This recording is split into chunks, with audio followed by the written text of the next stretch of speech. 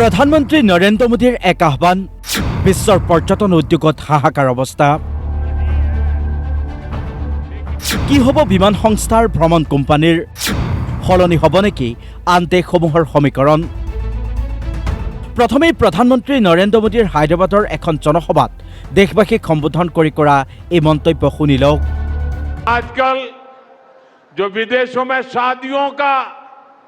विदेशों में घूमने का विदेशों में वैकेशन पर जाने का मिडिल क्लास में कल्चर बढ़ता जा रहा है हमें तय करना होगा कि जब ये संकट का काल है और हमारी देशभक्ति हमें ललकार रही है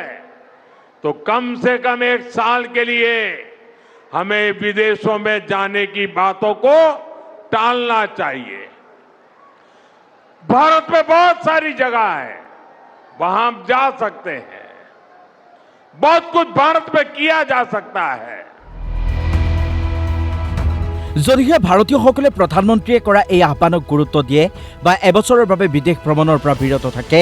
তেন্তে ইয়াৰ প্ৰভাৱ কেৱল বিমান সংস্থা বা ভ্ৰমণ কোম্পানীতেই সীমাবদ্ধ নহয় বিশ্বৰ পৰ্যটন উদ্যোগতো লগাব খেলিমেলি কোটি কোটি ডলাৰ লোকচান হ'ব আন দেশসমূহৰ কাৰণ ভাৰতীয় লোকক বিশ্বৰ ভিতৰতে সৰ্বাধিক ব্যয় কৰা পৰ্যটক হিচাপে ধৰা হয় যদি প্ৰধানমন্ত্ৰীৰ এই আহ্বান দেশবাসীয়ে মানি লয় তেনেহ'লে প্ৰায় 2.72 লাখ কোটি টকাৰ লোকচান হ'ব পাৰে আন দেশৰ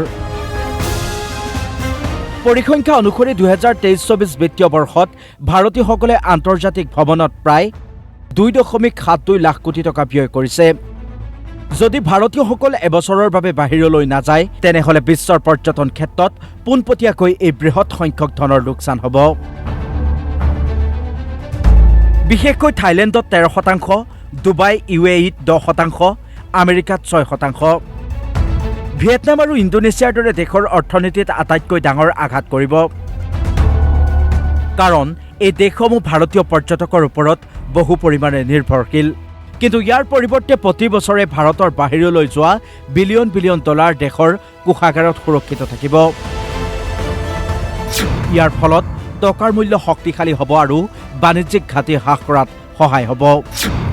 যদি এই বৃহৎ ধনৰাশিৰ 50% ভাৰতৰ পৰ্যটনৰ দিশে ধাবিত হয় তেন্তে ভাৰতৰ হোটেল এয়াৰলাইন্স থলুৱা হস্তশিল্প উদ্যোগত লাভান্বিত হ'ব ইয়াৰ উদ্দেশ্যতেই প্ৰধানমন্ত্ৰীয়ে কৰা মন্তব্যক শলাগ লৈছে এতিয়া বহুজনে